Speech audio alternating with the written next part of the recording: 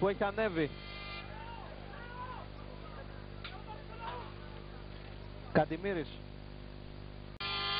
για την Όροδο. Καλημέρης εκτελεί ο Διογένους από κοντά, γκολ 2-0.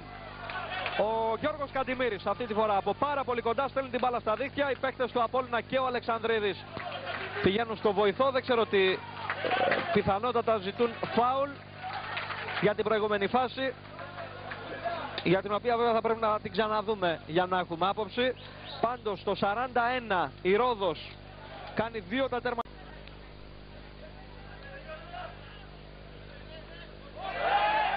Δυναμικό μαρκάρισμα του Νικολή που διαμαρτύρεται. Ο Καντιμήρης διαμαρτύρεται, αυτός που έπεσε στο χορτί.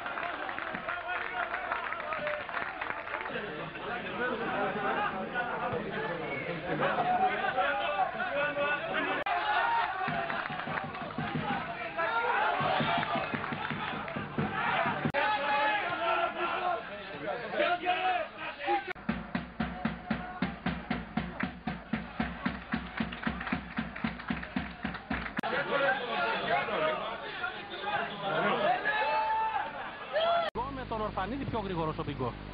Να ο Γιώργος ο Κατημήρης στην αντεπίδεση. Θα γυρίσει πίσω και τον Μιτόνοβιτς.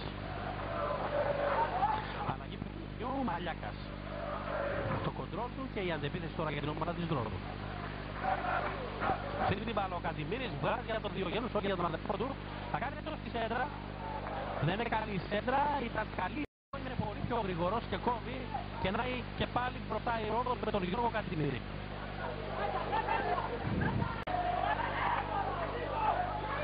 Έκοψαν το Σταθόπουλο οι παίκτες της Ρόδου, Αλβάντης. Στο σημερινό παιχνίδι διαγώνας Ρόδος το 0-0. Μέσα στη μεγάλη περιοχή και παλιά και γκολ! Το γκολ από τον Κατημήρη! Το γκολ από τον Κατημήρη με τη συμπλήρωση του πρώτου λεπτού. Πανηγυρισμοί έξαλλοι στην εξέδρα, αλλαγές του πάγκο για την ομάδα της Ρόδου. Βλέπουμε ότι έχουν πάει απέναντι στην κακιά σκάλα. Οι ποδοσφαιριστές της Ρόδου με τη συμπλήρωση του πρώτου λεπτού λοιπόν. Η Ρόδος βρίσκεται μπροστά στο σκορ. Ήταν η εκτέλεση πλαγίου αλλά κόρνερ το μπορούσαμε να πω. Κατημήρης, Μαΐλης, το δυνατός του την Παλαού. Πολύ καλή στιγμή για την Ρόδο το 88. Στην αντεπίθεση Ρόδος με τον Κατημήρη. Κατημήρης, φάουλ από τον Ρουζιέρη. Και βέβαια ο Ρουζιέρης που ήδη έχει μία κίτρινη κάρτα. Το ανέχεται τα σειρά μακαρίσματα πάνω στον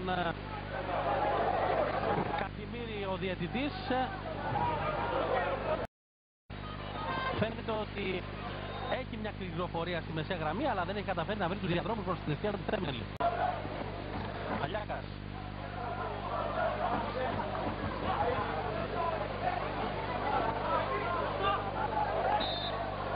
Πάω του Ρουζιέρη πάνω στον Κατημήρη.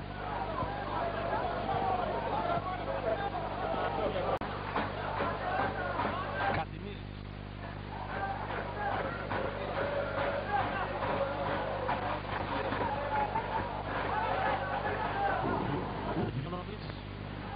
Ένα 0 από τη Ρόδο με τέρμα που πέτυχε η Ρόδο στο πρώτο λεπτό της συνάντησης με τον Γιώργο τον Κατημήρη. Ένα παιχνίδι που κρίθηκε βέβαια σε αυτό το γκολ που πέτυχε η Ρόδο στο πρώτο λεπτό και βέβαια που σίγουρα ήταν ένα παιχνίδι που